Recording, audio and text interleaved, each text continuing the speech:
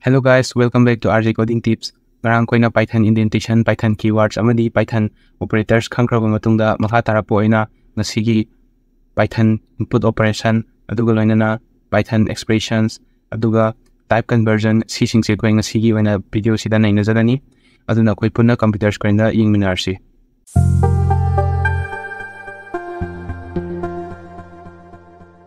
Sida koina ko Python programming part 4 se koina ngarang tawkiba Python indentation keywords operators adugi sigi block to leire mayam adum sigi block sida changaga adum code sing to su sida makhada yaure sigi se tum copy tawraga adum ibi yarni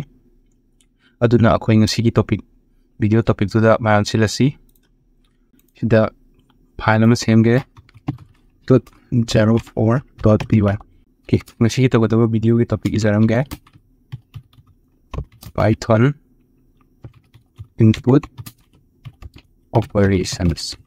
Okay, Python input operations. Akoina nahan ge variable lawa kanda value do koi direct on a fix on a p ko adu Python input operations gi matin na di akoina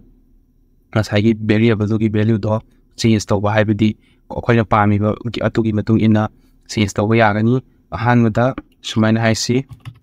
input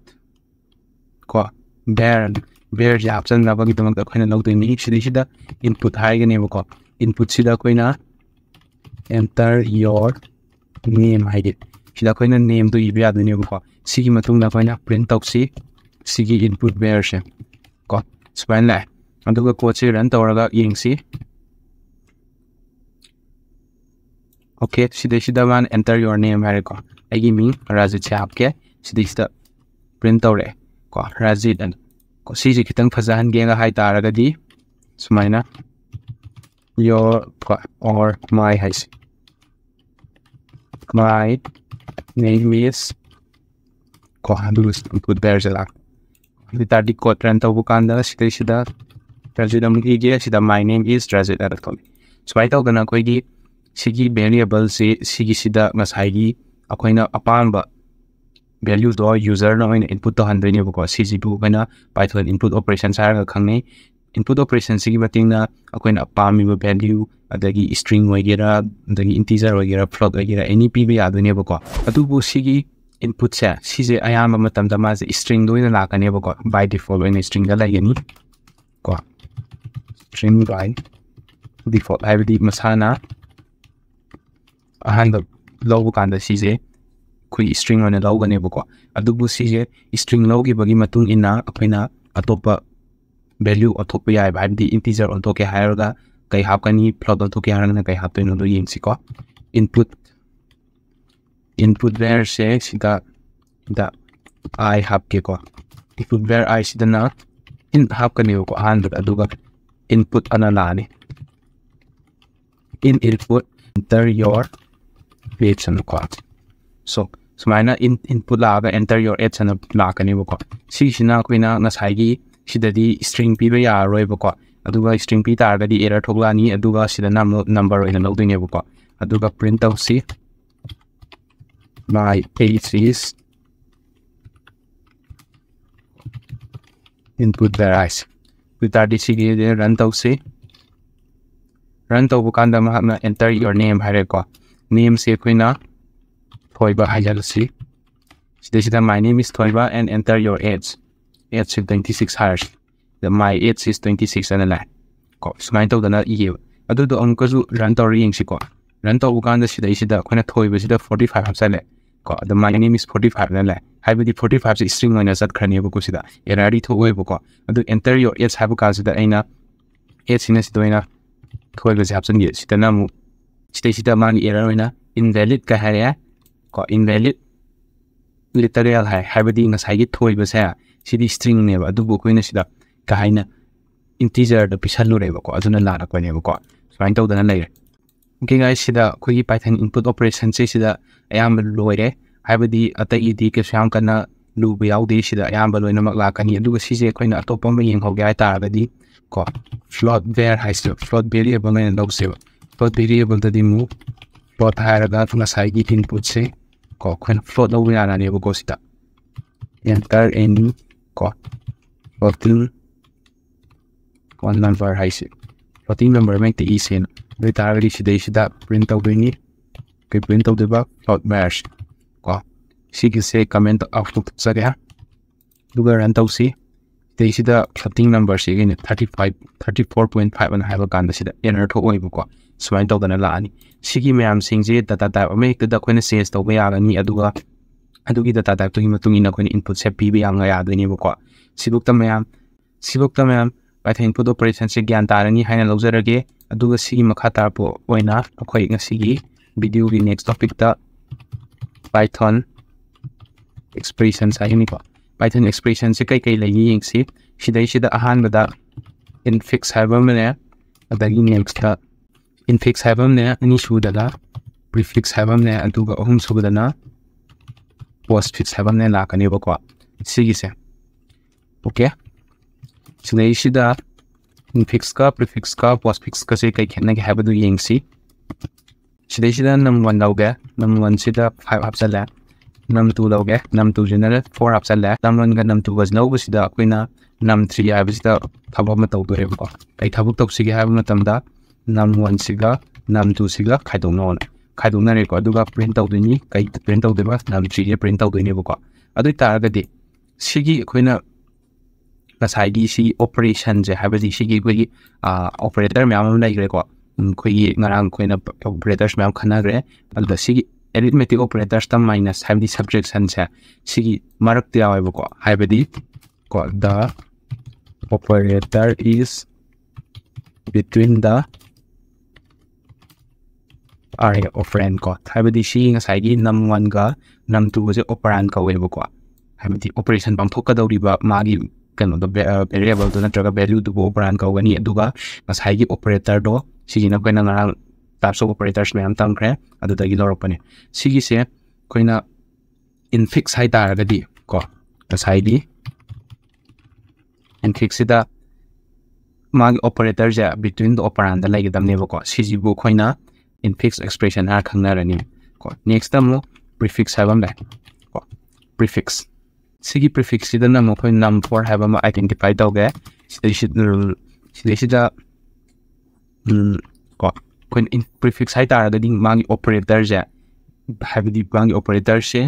ko before the operands habidi operands in dugi idring gi mangla ina na i w ne ko sumaina khoi into to kala si buji num1 ko duga num2 ko sumaina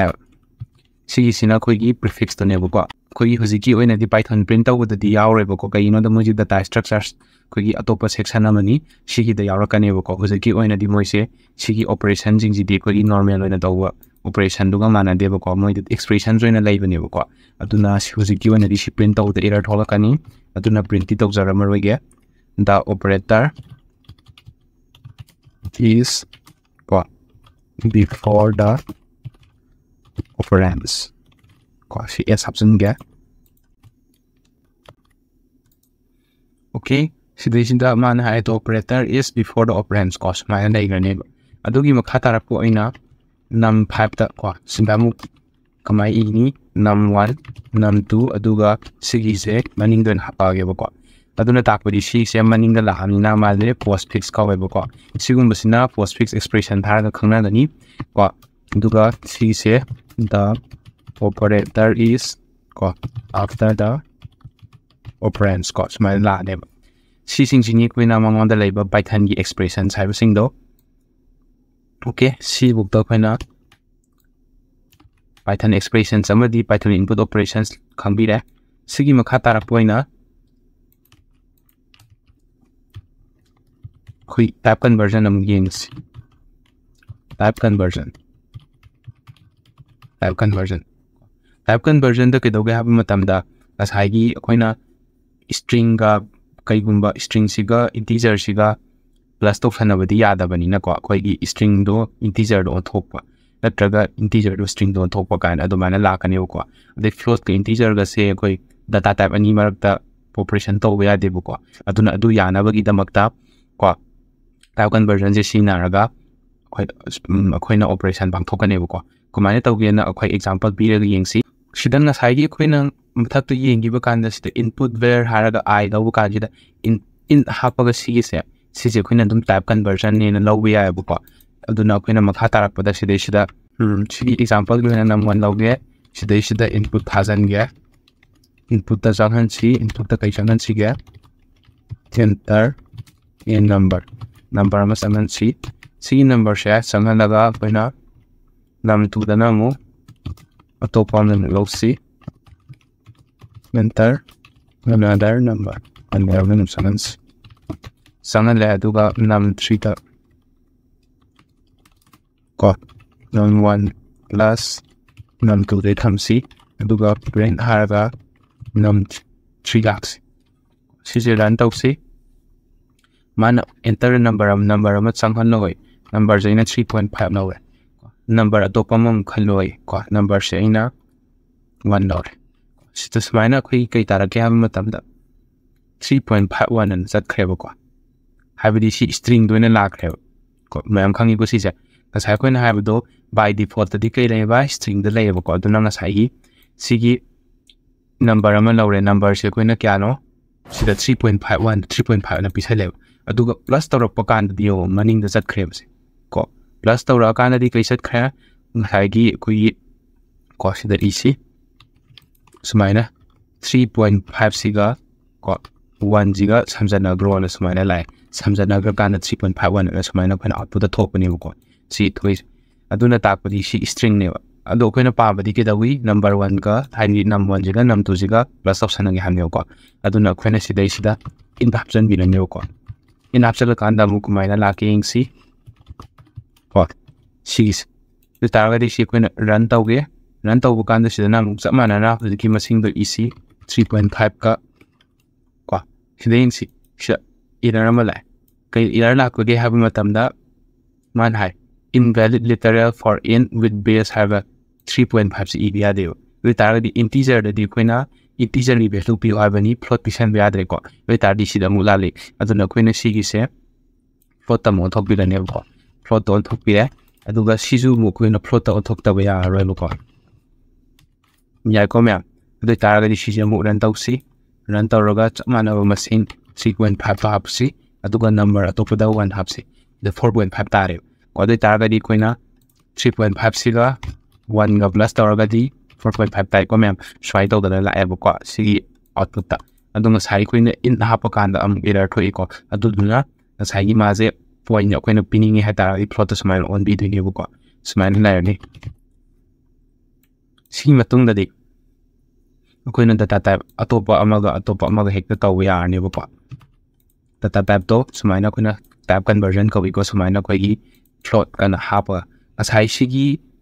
Python input operation siga mari lena kadoni ko me aduna input ta di chumna ko gi string by default na logi bani type conversion tar kana to ko koina atop on thok ya ba ko adu si yeng si ko je koina si float ta kan koina sai gi float ta ani mak si in plus tok sanagre ba ko be tar de output ta na mo ko in oina phangni yo tar di kumaina phang si yeng si in hapcha le run tau ge aduga sta number do sigi du minus 3.5 ha ba no ga 1 do ga la ke sida yeng si 4 na dan chat khre ba ko habdi integer na gre ba that was assuming 4.5 ta kadam ne ko adubu answer da di 4 phang sina tak pa di khoina ngasai di phang ni do float phang do integer do thopi ro ham ni sigi matung tar pa da di khoina type conversion je sida loire ko ayamba sigi type conversion je sigi mateng na khoina kai gumba data type se atop da change tawning ba khoning ba le da so dum taw ya ga doini adoi tar ga di sida khoi question khara nei na husi question do ai sida ijaram ge write a Python program to calculate the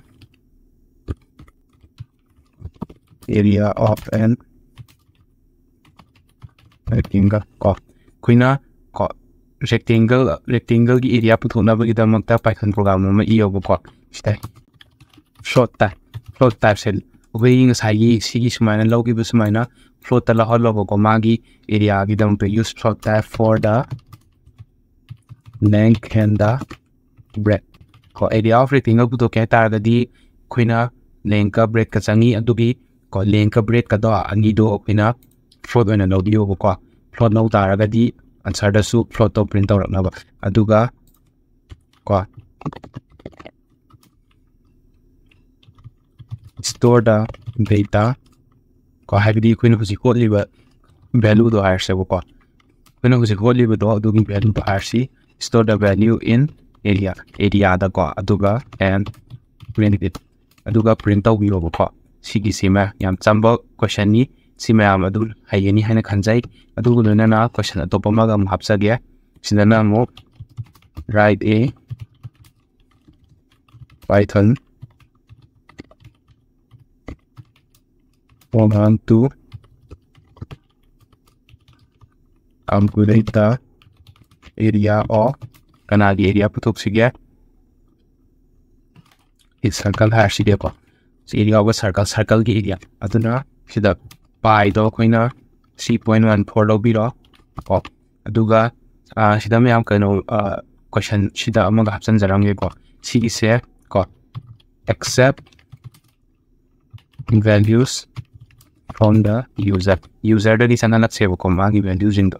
ko yai ko mem abadi na sagi shoina sigi input operations is CR ni adagi type conversion CR ni adagi ko na sana daw ge operators to adu ju CR ni adagi ko variable ju CR ni ko mem aduna question je na babiro aduga answer do review C su pi is minus 3.14 p de ko chamana na sigi accept values from the user dagi lawan C aduga masa sisu use float type lawan je ko float type wahan C aduga mahakidi for the radius okay ma'am sigi question je kitan lai do mali duna aina ko write the Python program to calculate the area of a circle and also its circumference so after nang ko ma'am circumference okay she ju samana na ko and also its perimeter hapse ko habidi mahaki perimeter adu ta di samana na length ka breadth ka do dum law ga do ni si perimeter isu si circumference ki su asai hi samana ba value do logo do ni ko radius to si pi lai de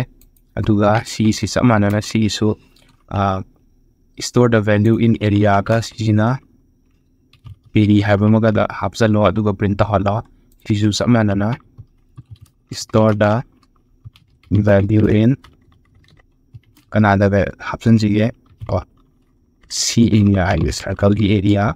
aduga magina circumference ko sumain tawdana area C area da circum da hapona ko sigi sina koi ki question ani lere ma'am sigi se solve to view aduga comment haibiramu ko shout out tawjagani aduga lainana ko sigi video se follow to bitaraga di Python basics hawbadagina loiba phawwa koi khangani haina aina haijini aduna ma'am sigi